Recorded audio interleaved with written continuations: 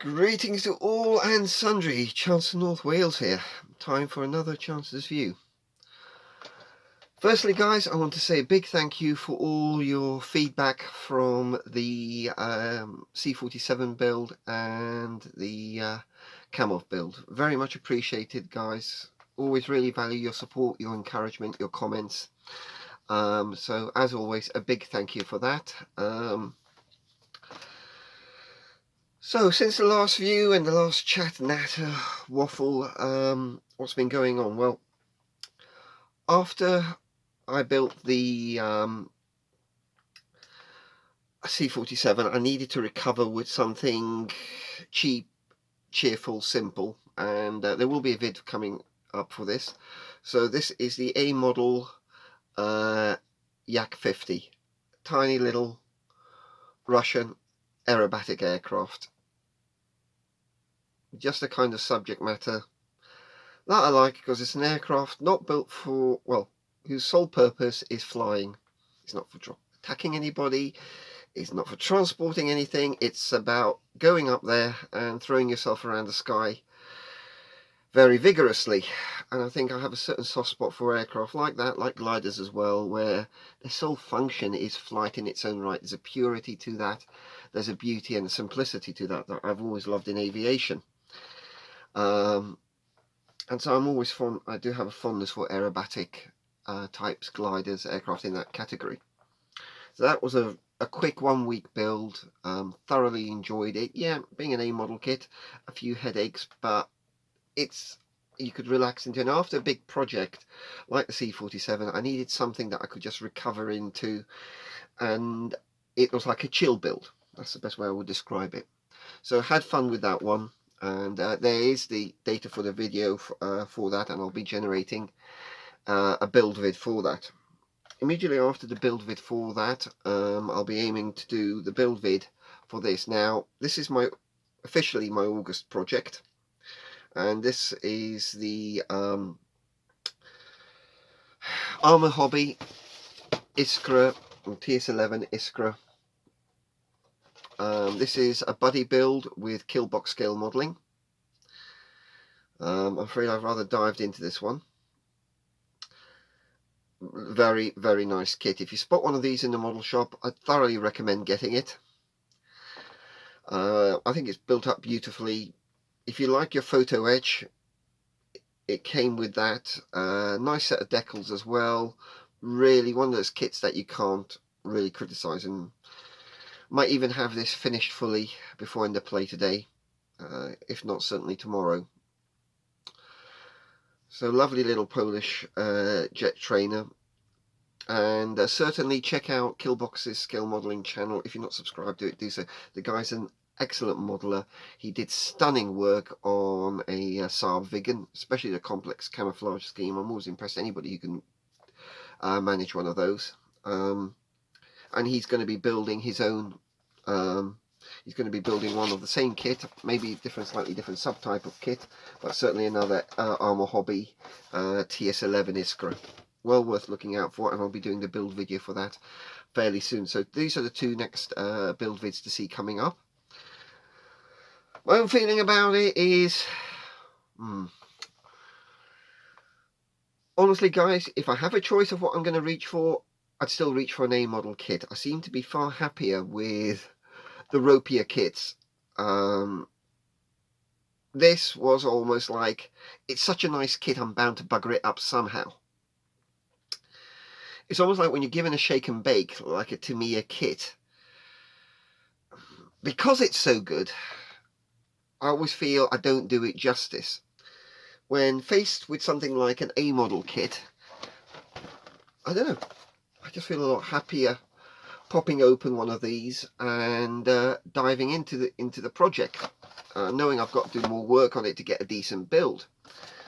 When a kit comes loaded with photo edge, masks and all the rest of it, or is just beautifully engineered, I just sometimes I feel I'm waiting to see how I'm going to not do it justice. But that's just my perspective. So thoroughly enjoyed this, but I need to get back to something a little bit rougher just to be in the right mode there.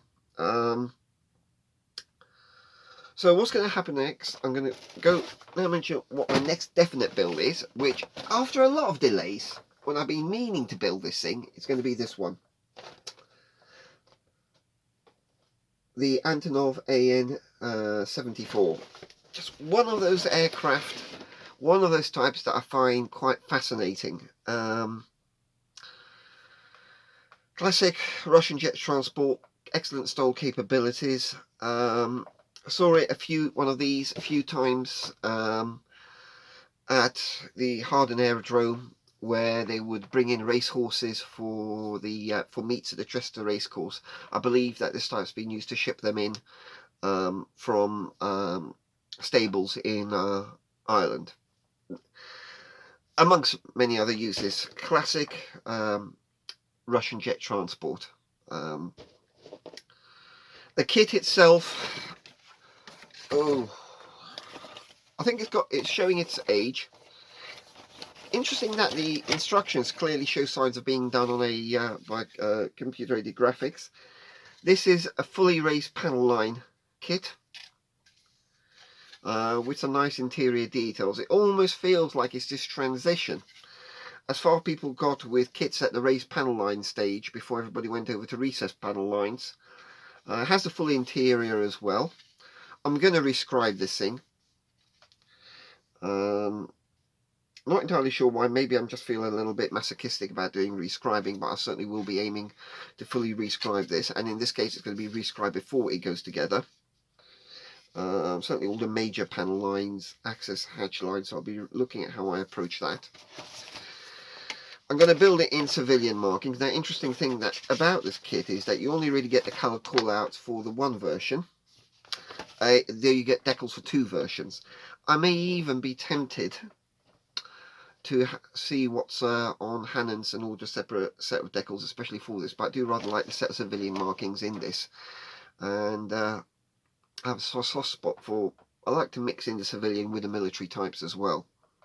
So that's definitely going to be coming next. Antonov 72.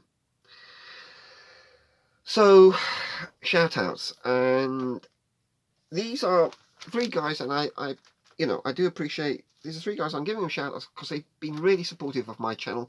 They provide me with excellent comments and feedback, and they're great modelers as well. So, first shout out is going to go to Jorama Modellbau. Now, this is, I believe, is a German chap who does 1/72nd scale armour.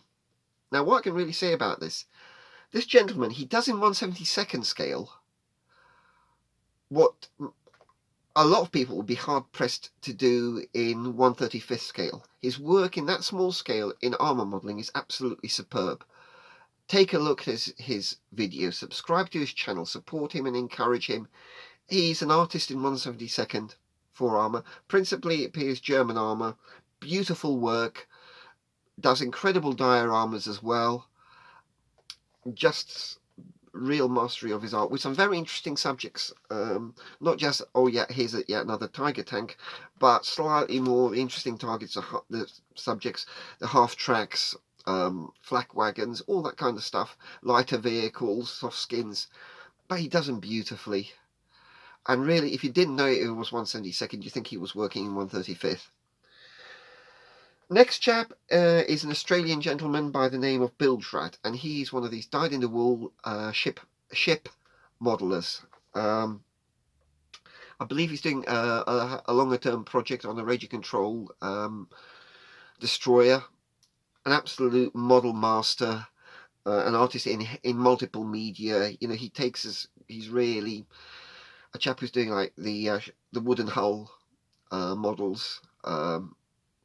Beautiful weathering and technical skills as well, and I really like his presentation style. Somebody you can just listen to while you're working at your bench, and an enjoyable.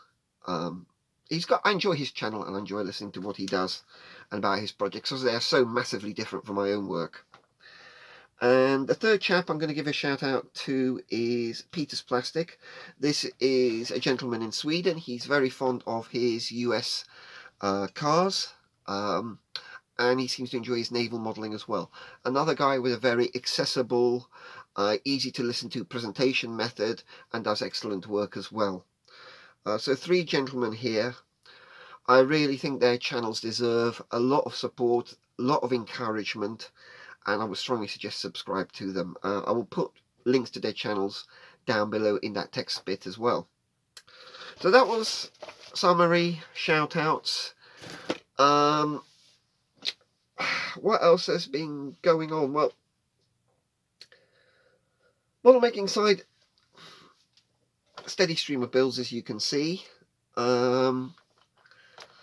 Just the model centre hasn't had much in that's particularly grabbed me lately, though I did fairly recently succumb to the temptation and bought the de Havilland Twin Otter.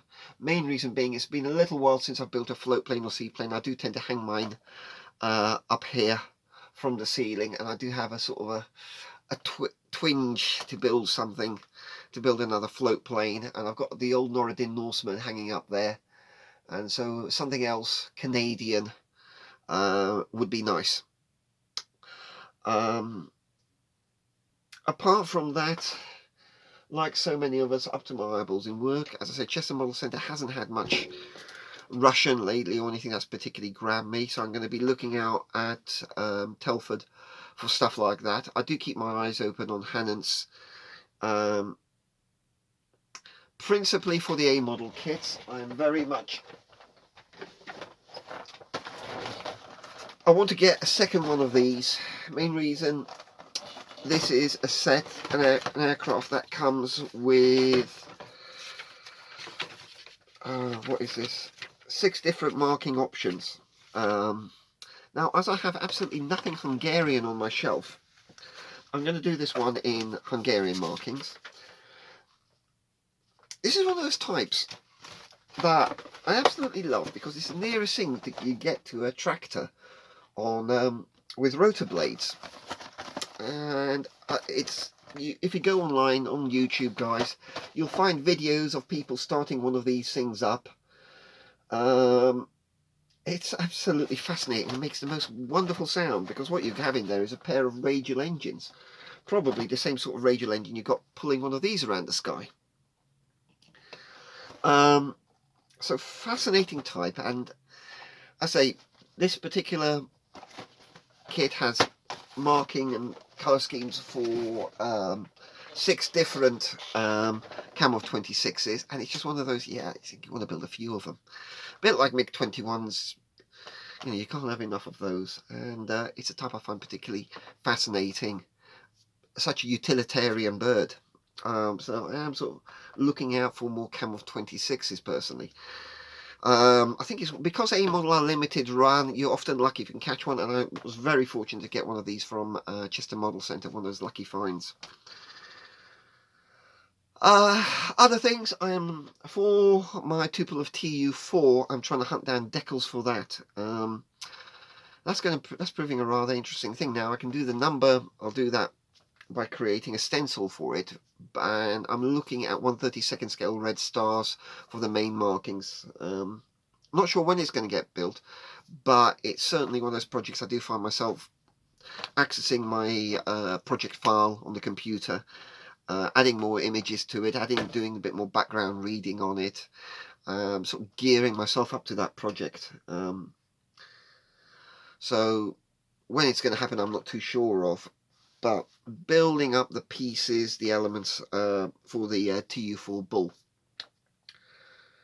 So that's been a little bit more about what's going on there on that modelling front. For those of you who know, I was a wargamer, but still vaguely am, but I've done absolute bugger all on that for quite a while now.